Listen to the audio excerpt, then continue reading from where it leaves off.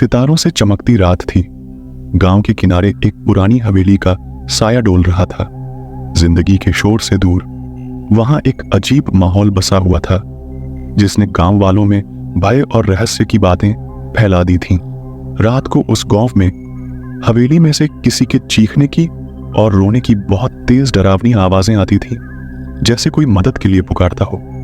गांव के लोग उस रास्ते से जाने में भी डरने लगे थे।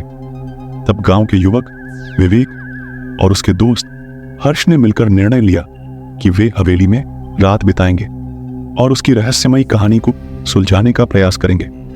रात का समय आया और वे हवेली की ओर बढ़े।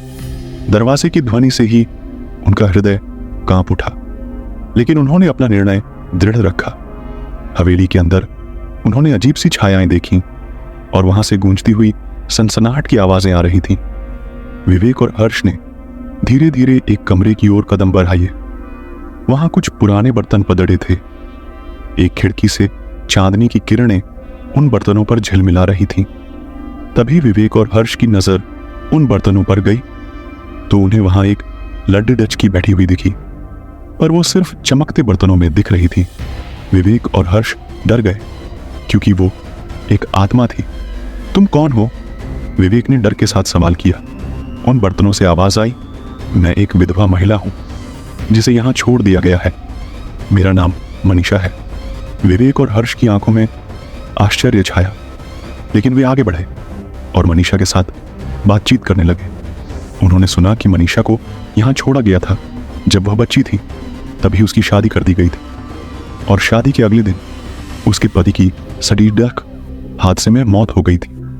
तो उसके ससुराल वालों ने उसे उसकी मौत का कारण समझा तो उसे बहुत मारा और बुरी हालत में इस हवेली में बंद कर दिया था। पूरे शरीर पर घाव थे, खून बहे जा रहा था। इतनी बुरी हालत करके उसे उसी हवेली में जिंदा बंद कर गए थे।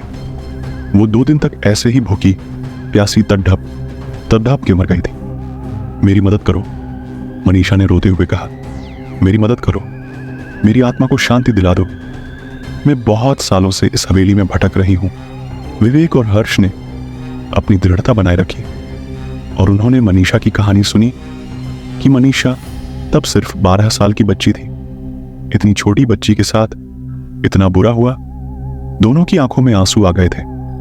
उन्होंने उसकी आत्मा को शांति दिलाने की दिशा में मदद करने का निर्णय किया।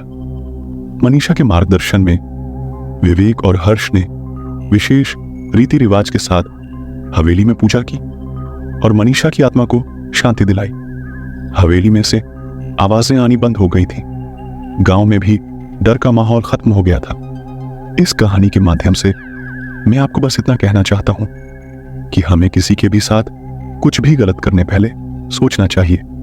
उस छोटी सी बच्ची की 12 साल की उम्र में उसकी शादी कर देना क्या सही है?